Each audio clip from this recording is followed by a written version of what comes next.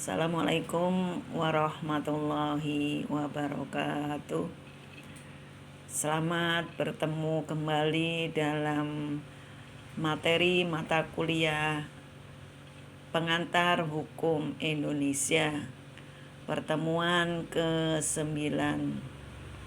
Di sini Ibu akan membahas tentang ruang lingkup hukum adat.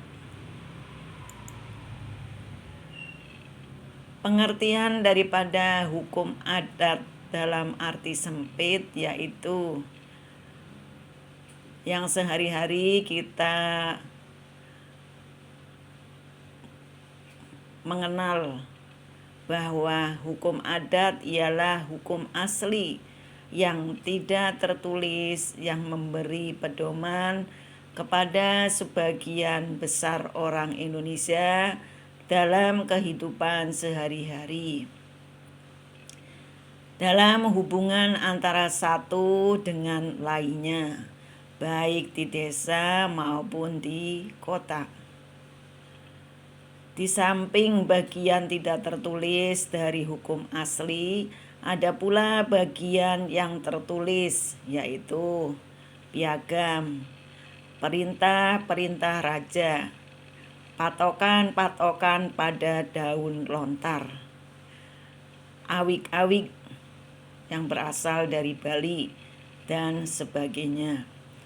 Dibanding dengan yang tidak tertulis, maka bagian yang tertulis ini adalah lebih sedikit, tidak berpengaruh, dan sering dapat diabaikan. Hukum adat menurut Terhar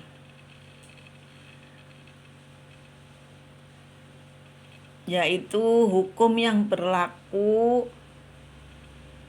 hanya dapat diketahui dan dilihat dalam keputusan-keputusan fungsionaris hukum itu, bukan saja hakim tetapi juga kepala adat, rapat desa, wali tanah, petugas-petugas desa lainnya.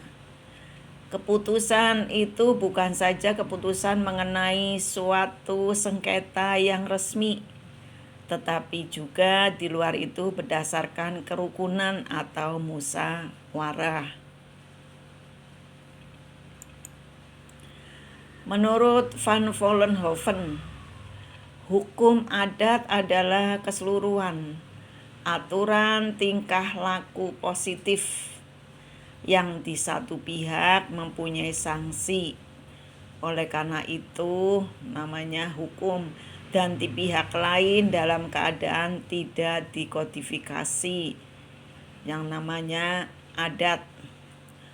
Positif yaitu hukum yang dinyatakan berlaku di sini dan kini, sedangkan sanksi yaitu reaksi atau konsekuensi dari pihak lain atas pelanggaran suatu norma atau hukum. Asas-asas daripada hukum adat yaitu asas religio, asas komun, asas kontan, asas konkret atau visual.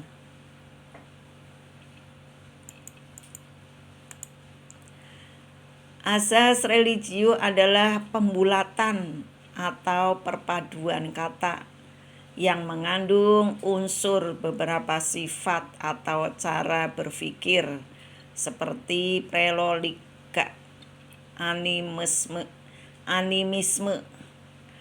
pantangan, dan ilmu gaib, serta lain-lain. Asas komun berarti mendahulukan kepentingan umum daripada kepentingan diri sendiri. Asas komun merupakan segi atau corak yang khas dari suatu masyarakat yang masih hidup sangat terpencil atau dalam hidupnya sehari-hari masih sangat tergantung kepada tanah atau alam pada umumnya. Inilah yang dinamakan asas komun.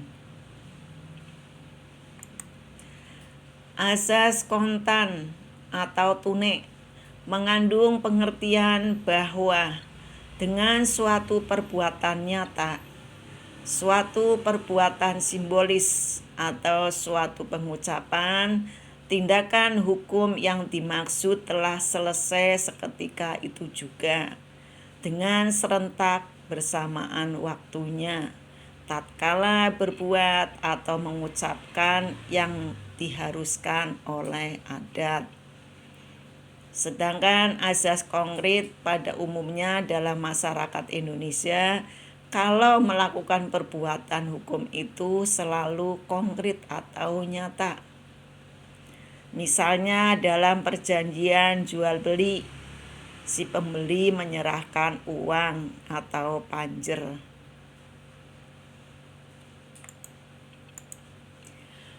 Sumber hukum adat.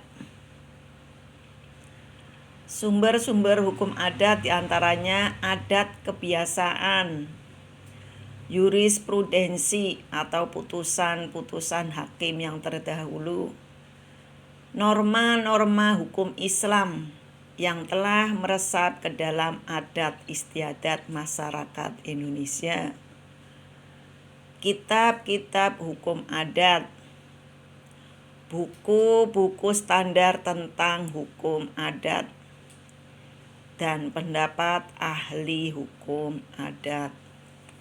Nanti kalian bisa mempelajari, mengartikan satu persatu di dalam sumber hukum adat dan asas-asas daripada hukum adat tersebut. Demikianlah secara uraian singkat materi mata kuliah Pengantar Hukum Indonesia membahas tentang ruang lingkup hukum adat. Terima kasih. Wassalamualaikum warahmatullahi wabarakatuh.